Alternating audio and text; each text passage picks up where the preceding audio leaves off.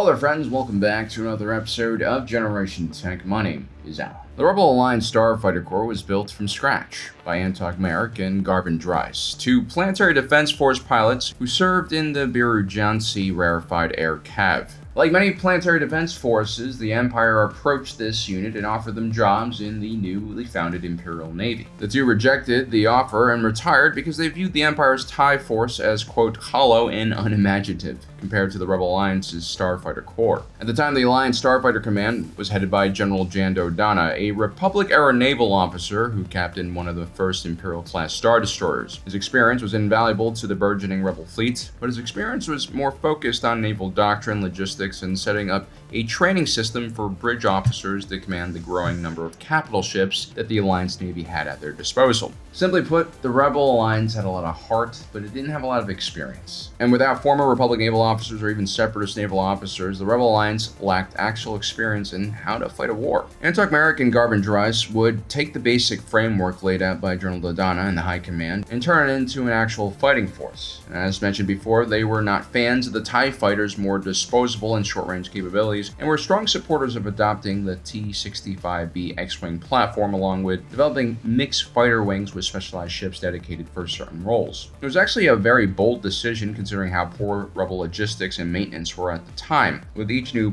platform, you needed an entirely different ecosystem of mechanics, tools, and replacement parts. It was thanks to this pair that the Rebellion chose the unorthodox U-Wing as a support vessel and transport ship. It was small and light on cargo, but high on performance. It's exactly how a fighter pilot would design such a ship, I think. These decisions made at the beginning of the conflict were in direct contrast to how the Empire structured their own Starfighter command, and very soon, these decisions started paying off. Until the very last day of the war, the Rebel Alliance Starfighter Corps maintained an important edge against their Imperial counterparts. This was especially important in the first few years of the war, where the Starfighter Corps was the only bright spot in an otherwise desperate struggle for survival for the Rebellion. But here's the thing, General Antok Merrick would perish leading Blue Squadron on a doomed ground support mission to the Shield Gate during the Battle of Scarif. Commander Garvin Dries would perish leading Red Squadron on a similarly doomed attack on the Death Star during the Battle of Yavin. Within a short span of a few days, the Rebel Alliance Starfighter Corps was without their most influential and experienced officers. Who steps up into that leadership vacuum? Well, a very different type of pilot, a former Imperial cadet who defected while training in the infamous Sky Strike Academy, Wedge Antilles. Imperial defection was a phenomenon that became increasingly common as the war progressed. Individuals like Biggs Darklighter, Derek Cliven, Erica Quell, and Tycho Selchu would play a huge role in helping the Rebel Alliance train their pilots. Ironically, it was the Empire's own resources and training that eventually forged the Rebel Alliance Starfighter Corps into a mature, elite fighting force. And the Rebellion owes a lot to these Imperial defectors, especially the first wave who joined the Rebellion without any guarantee that they could actually fight a war. And these characters are definitely celebrated as heroes. They're not forgotten, they're mentioned quite a lot, but what people oftentimes forget is how difficult it was for them to first escape the Empire and then transition into the Rebel Alliance, where they probably faced a lot of cultural shock and suspicion.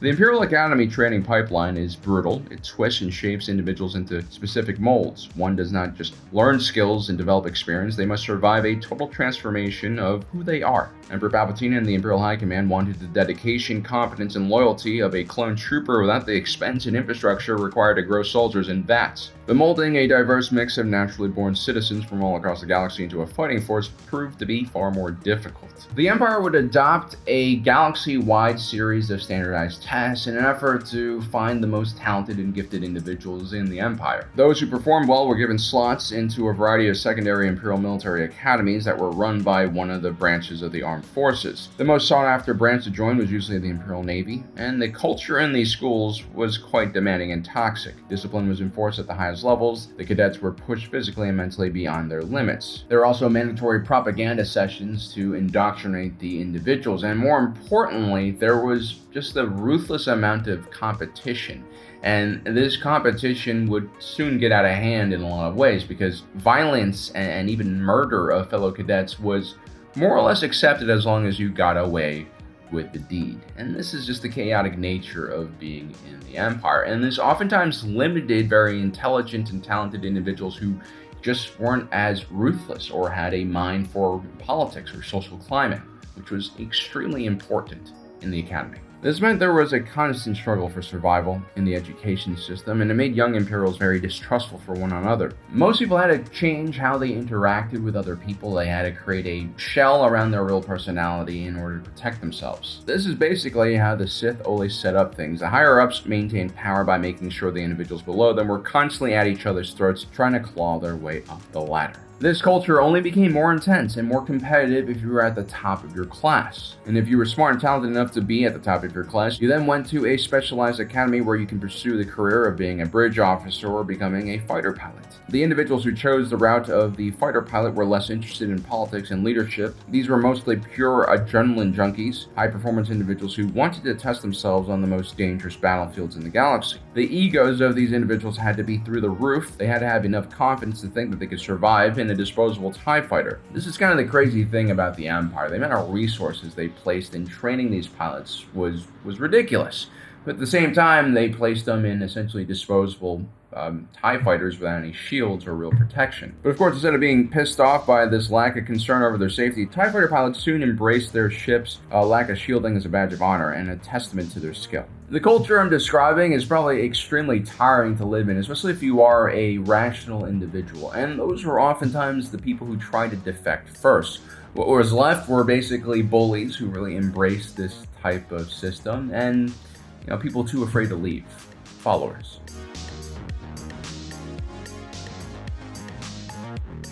I was thinking about this the other day. Why do TIE fighters not have hyperdrives?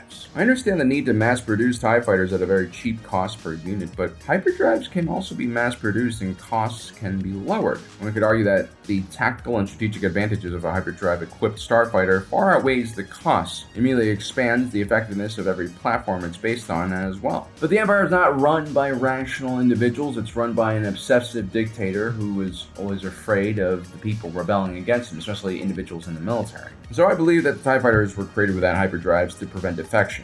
And for the most part, I think it worked very well. But really, not having hyperdrive is the last line of defense. First, all Imperial personnel are closely monitored when on board larger capital ships. Generally, on Imperial-class Star Destroyers, you have an ISB loyalty officer who watches out for internal dissent and also leads refresher courses on Imperial politics. The lack of privacy is also very common for naval personnel. You're oftentimes sharing bunks with people on other ships. You really don't have any space that you can call your own, where you can be secretive and plan your escape. So as you can see, it's incredibly hard to get alone time on one of these ships. And so you don't really have a place where you can plan or try to contact some type of rebel cell which can get you out of your situation. That becomes almost necessary when you're on patrol or trying to defect while deployed. There are plenty of rebel intel networks that specialize in extraction, like Bail Organa Spy Network and Fulcrum. The rebellion was desperate for experienced Imperial pilots and expended large amounts of resources to get them. The extraction of Wedge Antilles, Ray Gary, and Derek Hobby Cliven from Skystrike Academy was a pretty elaborate operation. Fulcrum had the intel, but it was a rebel cell known as Spectre that did the groundwork, and that included getting false credentials so that Operative Sabine Wren could infiltrate the school, make contact, and verify the identities and intention of the 3 cadets. And then on a routine training mission, the defectors were to rendezvous with a larger rebel ship equipped with a hyperdrive. Ray Gary sadly didn't make it during the extraction, but Wedge Antilles and Hobby would go on to fight for the rebellion. The easiest way to defect was to wait until you were on leave. That's what Thane Kyrell did. He kind of just faded into the outer rim. He didn't tell anyone where he was going, and he eventually met up with rebel units.